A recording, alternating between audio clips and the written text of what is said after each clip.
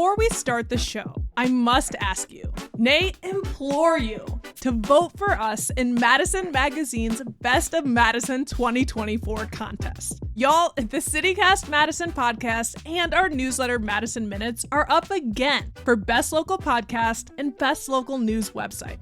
Your nominations are what got us this far. Let's make it official and vote. You have until June 30th. Please don't put this off. Go to our show notes for a link now, and let's make podcast history together.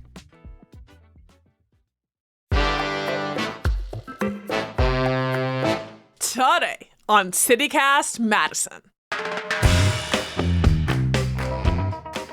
There are few time-honored traditions in our city as recognizable as the Wisconsin Chamber Orchestra Summer Concerts on the Square.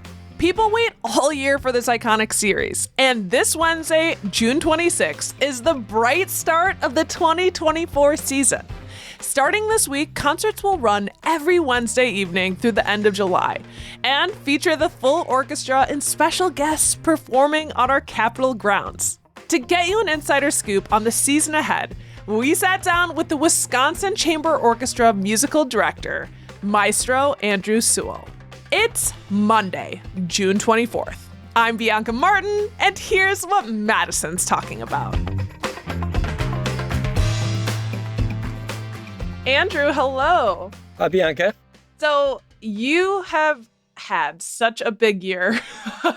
Last year was y'all's 40th anniversary of Concerts on the Square.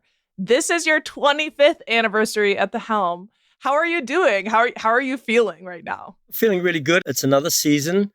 We had a pretty bumpy one last year with kickoff with 3 of the concerts having to be delayed and one being cancelled, but it goes with the territory. But what is amazing is I can't believe 25 years have rolled around. It just seems like yesterday.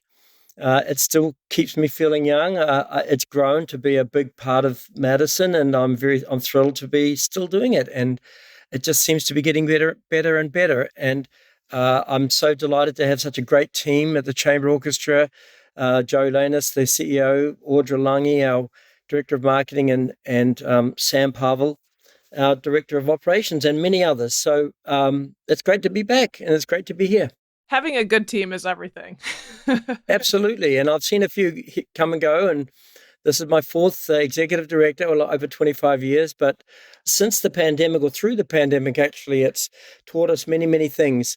And to be willing to try new things and get on the progressive in terms of finding new opportunities and ways of doing things. And I think that keeps us nimble. So we're really happy about that.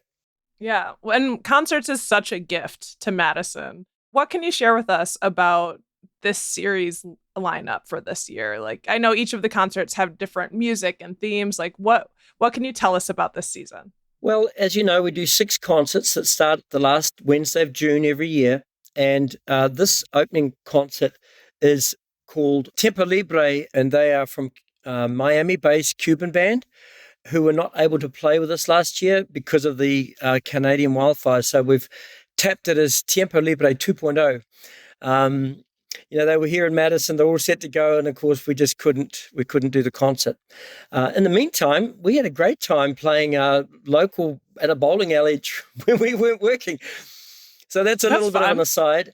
They do an amazing second half of music. The first half is featuring music by Leonard Bernstein, Aaron Copland, and Juan Pablo Contreras, his Mariachi Talan. So it has a Latin-flavored opening concert, first half, and then, of course, Cuban-based music and on the second half, and we're really happy about that.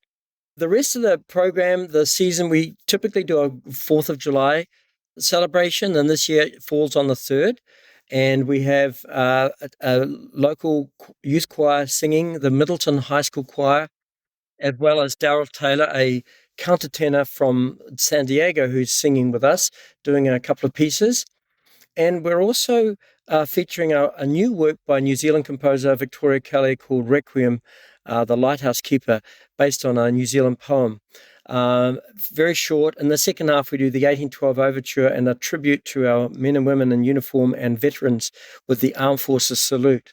So that's always something that a lot of people tell me they love coming down to the square for that very reason on July the 4th to celebrate with their families. So it's an important part of what we're doing. The third concert, In Nature's Realm, features Bill Miller, a Grammy Award-winning artist who is originally from the Menominee tribe here in Wisconsin. And he's going to present his own symphony called The Last Stand, which he composed. And it's very moving. It's storytelling. He plays the flute, he sings, he plays the guitar, he plays the drum, and along with a dancer and his own band will be accompanying the orchestra. And in the first half, we feature our Young Artist Competition winner, Jane Story, a violinist who won our Young Artist Competition back in February playing Mendelssohn Violin Concerto First Movement. The fourth program is called Sound the Trumpet, and it features former Madisonian Andrew Ballio, who is now the principal trumpet of the Baltimore Symphony, and he's going to perform Haydn Trumpet Concerto.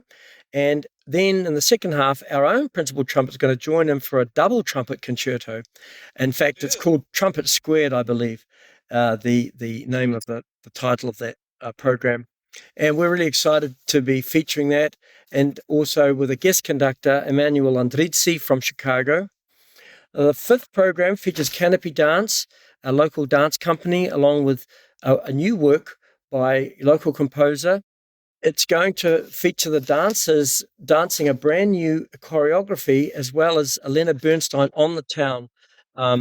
So the music is really quite captivating by Michael Bell. He's a professor at UW. And we started talking about this some years ago. And it's really important to remember that we've got composers both regionally, nationally, and locally. And it's really important to feature all manner of compositions that people are offering. Yeah, that's what's striking me hearing what's up is the diversity Mm-hmm. of options. That's really clear to me hearing about some of the series you've shared so far. Yeah. Yeah, well, it's fun. And I think that it's a really well-balanced and exciting season that's coming up. And then there's music for everyone.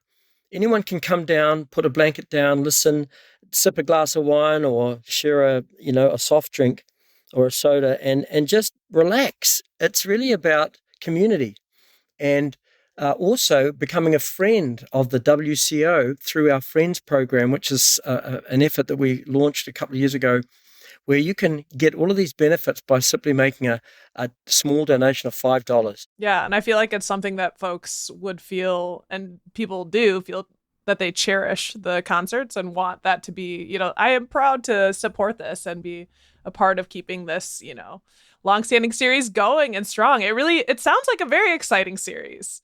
It sounds like it's you wouldn't even want to miss one of them.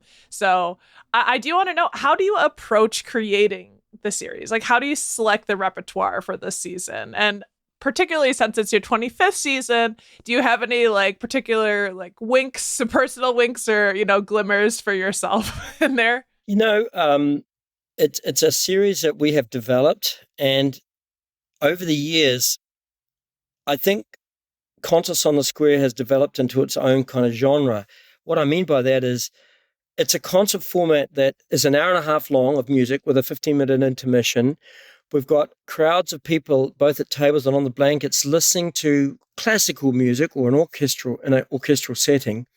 There's a wide range of styles in that. You can have modern contemporary, or even, like a band like Tempo Libre, or you've got classical music like Haydn and Mozart. And typically, a way to keep your audience engaged is to give them sound bites. We're a soundbite generation, so to do a full symphony of 35 minutes and expect people to be quiet and listening, yes, we could do that.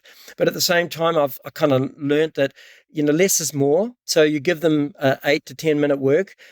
They're happy to clap and enjoy that, and then we move on to something else. So keep the variety going.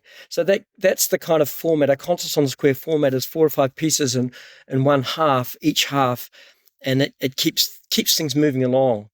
The second thing is featuring guest artists that I know a large crowd would enjoy. When I first came here, we had maybe 10 or 12,000 people. Even then, that's a lot of people. And how they how they gauge the audience size is through audience density. That's the Capitol Police do that. They take a photograph and then they work out the square footage of how many people are in that. So it's all technically done. I don't go around and no one goes around and counts 45,000 people, but it's a guess. It's like before the concert starts, hold on, everyone, we're gonna count you, okay? Yeah, right. All stand up. It's funny, but yeah.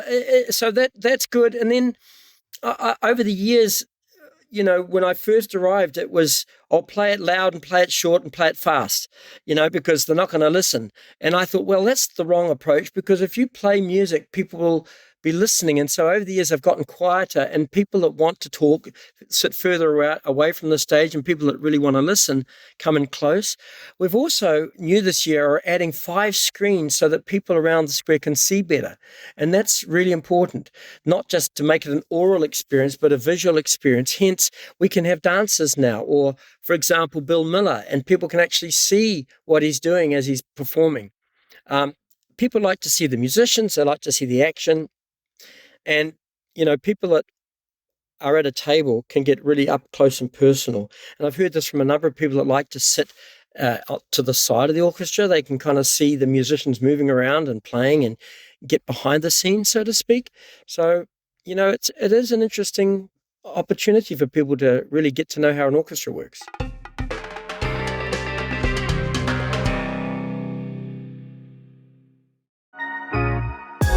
So you're listening to CityCast Madison. You clearly care about what's happening in our city and have fantastic taste in podcasts. I've got a recommendation for another local news podcast you gotta check out. It's called 365 Amplified. Every week, the award-winning reporting team behind Madison 365 digs into their most important stories from the week, and they focus on the greater Madison communities of color, with stories and perspectives you likely won't hear from many other mainstream outlets. They have on community leaders, lawmakers, artists, and many more for candid conversations. They drop new episodes every Friday at madison365.org/amplified. And you can also search 365 Amplified wherever you're listening to this show right now. Hi, I'm David Plotz, CEO of CityCast. Or, as I can say now, thanks to a few weeks with Babbel, hola, soy David Plotz, el jefe de CityCast. What if in 2024 you got a little bit better every day? When you're learning a new language with Babbel, that's exactly what you're doing. And if Babbel can help me start speaking a new language in just 3 weeks, imagine what you could do in a full year. I got started with Babbel because I realized that my girlfriend, who's a native Spanish speaker, and my son, who's in AP Spanish, were conspiring against me, or thought they were conspiring against me in Spanish. I wanted to know what they were talking about. And now, thanks to literally just a few weeks of Babbel, I'm starting to be able to eavesdrop. It is rare that something so fun and simple, and Babbel is super fun and very simple, is also so useful. So here's a special limited time deal for CityCast listeners. Right now, get up to 60% off your Babbel subscription, but only for CityCast listeners at babbel.com/CityCast. Get up to 60% off at babbel.com/CityCast. Spelled BABBEL.com/CityCast. Rules and restrictions may apply. And are those spots up close? I kind of think that they're probably competitive to get those because there's a whole... Yeah, it's a good question. So we are completely self-funded. We don't get any funding. It's all by sponsorships and donors. And so, yes, we charge for those tables. It's a privilege to be there. And you can go to our website and you can rent a table for the whole summer. Each week, you can call the office and find out. And some people just buy a single concert night, or you don't even have to have a whole lot of friends there. People would put the blankets down in the afternoon and sit there and wait all day so they had their spot. So that was always fun. When our children were little, my wife would go down and sit on the blanket and make a day of it. They have all of these rules, you see, that you can't leave your blanket unattended until 3 o'clock in the afternoon. So people would get down there at 12 noon and have a little picnic and catch up with their friends. And then at 3 o'clock, they can leave their blanket. That's a key note. So 3 p.m., y'all. 3 p.m. Yeah, that's right. If you put it out there before, it will be removed from the Capitol lawn. And the reason for that is to protect the grass. It's all about the grass. So people can't put down tarpaulins or black top, stuff because it'll hurt the grounds. And they take a lot of pride in that square. It's the people's square. It belongs to everybody. So they want to keep it not looking nice, and that's fair enough. That makes perfect sense. And for I haven't been in years, and now I'm so glad I'm talking to you. 'Cause I'm like, oh, I got to get my butt there. But I feel like for folks who haven't been able to attend before, what can they expect when they show up? We talked about bringing blankets. Do you give any recommendations for folks what they should bring for the day? Yes. Well, I'd bring water and blankets, and if it's hot, a little electric fan. That's smart.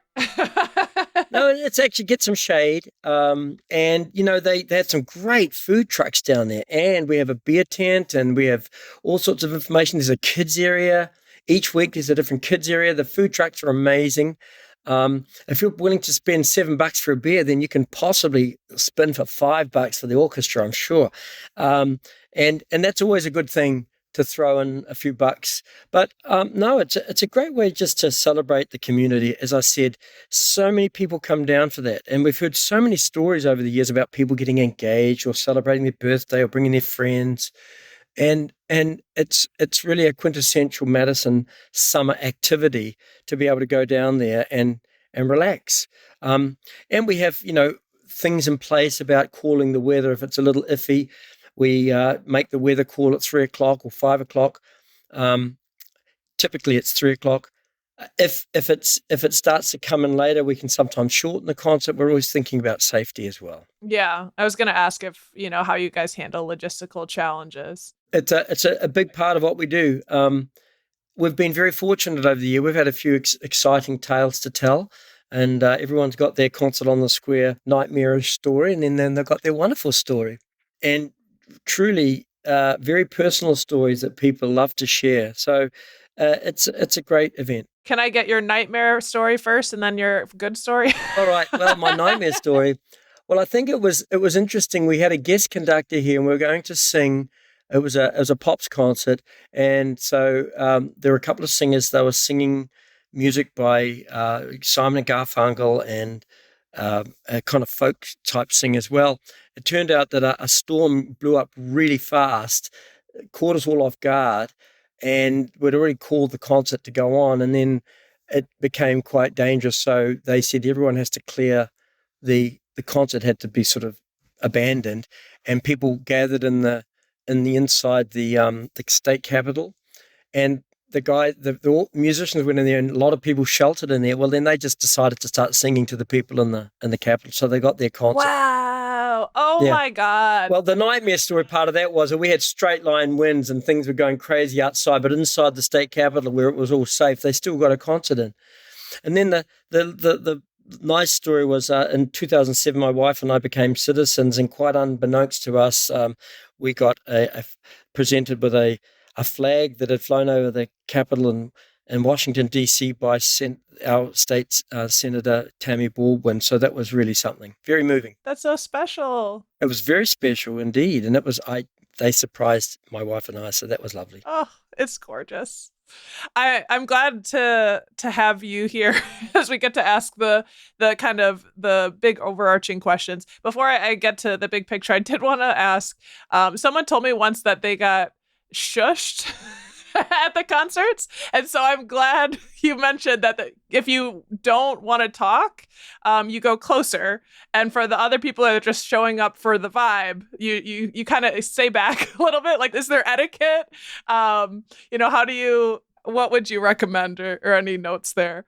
Well, I think just be sensitive to your neighbors. That's all. It's just good sense. If you're in a quiet spot and you're aware of your surroundings, then you probably know that there are people trying to listen. And while you can have a good time, it might be appropriate to move somewhere else, or just keep your voice down, or not drink too much and get crazy. But at the same time, I think generally speaking, people are well behaved and sensitive to each other. I mean, after all, it is an outdoor concert, so I don't get too fussed about that. If people are enjoying the music, I'm not worried if they're going to talk.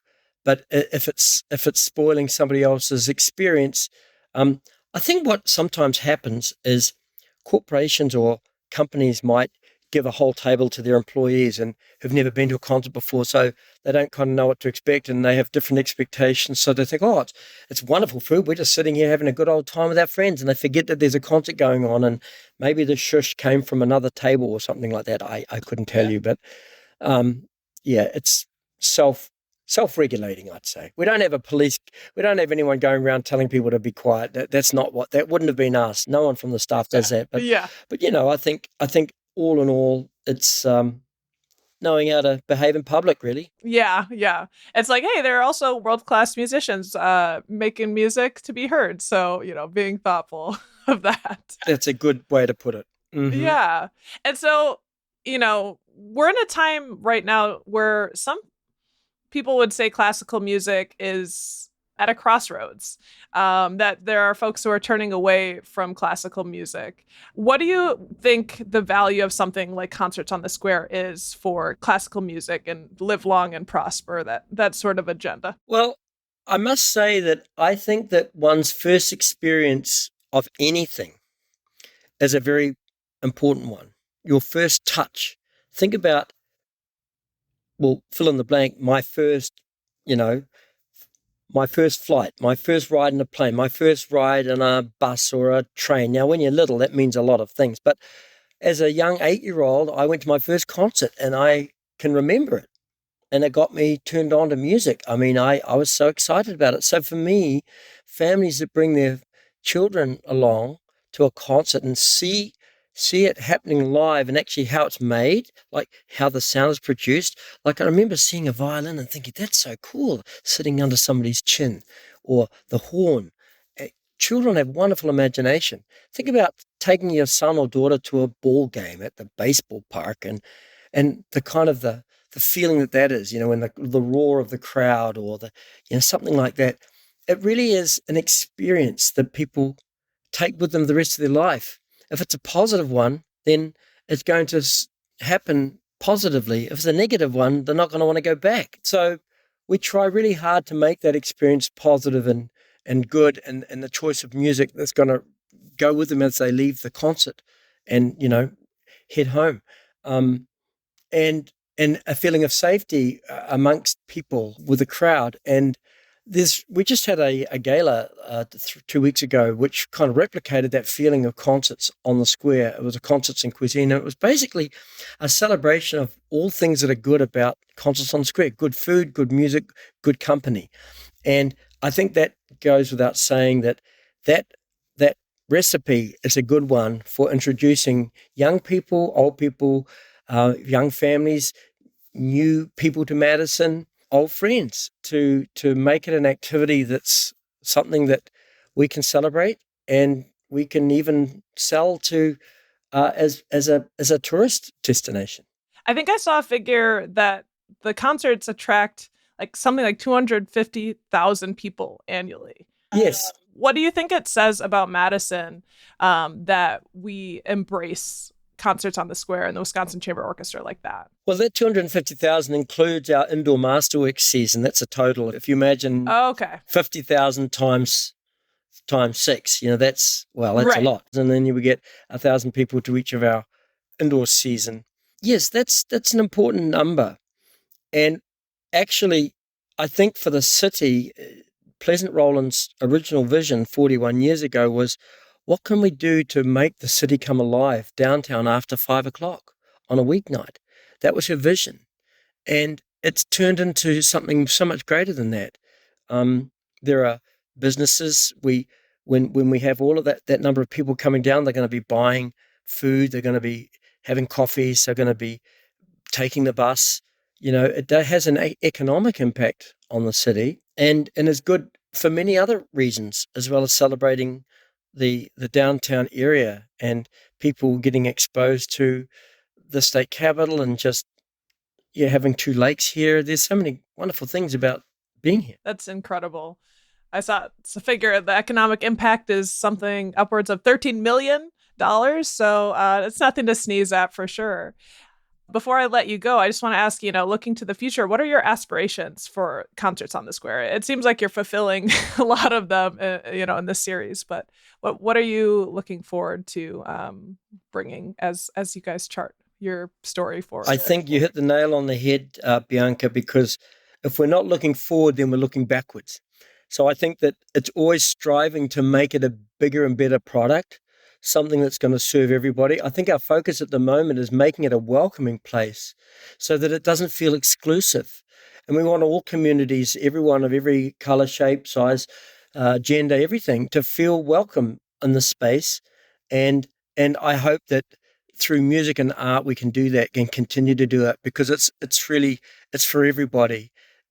When you listen to something, it doesn't matter what your status is in whatever forms, you can appreciate it. We as humans enjoy that sound, and it makes us inside feel better when the physical sounds, the physics of it, and the warmth that it touches our emotions. It might remind you of a song, might remind you of a past experience, a love, or a just looking at a mountain or looking at a scene. There's so many things that trigger in our human brain connected to music and visual, oral, and sensations, that there's something about when you're doing a huge fortissimo on the Square and it's really loud, like the big booms at Constant Square for 1812. People love that.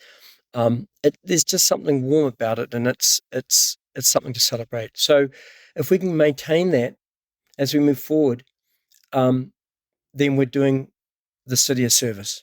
Well, Andrew, this has been such a pleasure talking to you, and I'm so excited for this season. Thank you for taking the time. Well, thank you for the opportunity, and we love being able to be here. So thank you, Bianca, and thank you, Phil. That's Andrew Sewell, conductor and music director of the Wisconsin Chamber Orchestra. Concerts kick off this Wednesday and run through the end of July. They start at 7 p.m., and if you want good seats, as you heard, get there earlier. They also have rain dates for each date, just in case. If you want to learn more about concerts on the Square and their schedule, head to our show notes for a link. And, we've been talking about momentous celebrations, y'all, and we are so stoked that we are nominated again for Madison Magazine's Best of Madison 2024 for Best Local Podcast. Just put it on your radar. It's officially the last week you can help name us Best of Madison this year. If you value us and our work and our community, you can let us know by taking a moment to vote for us for Best Podcast and for Madison Minutes for Best Local Website. Live long and prosper. All right, y'all, we'll drop a link for the voting in our show notes.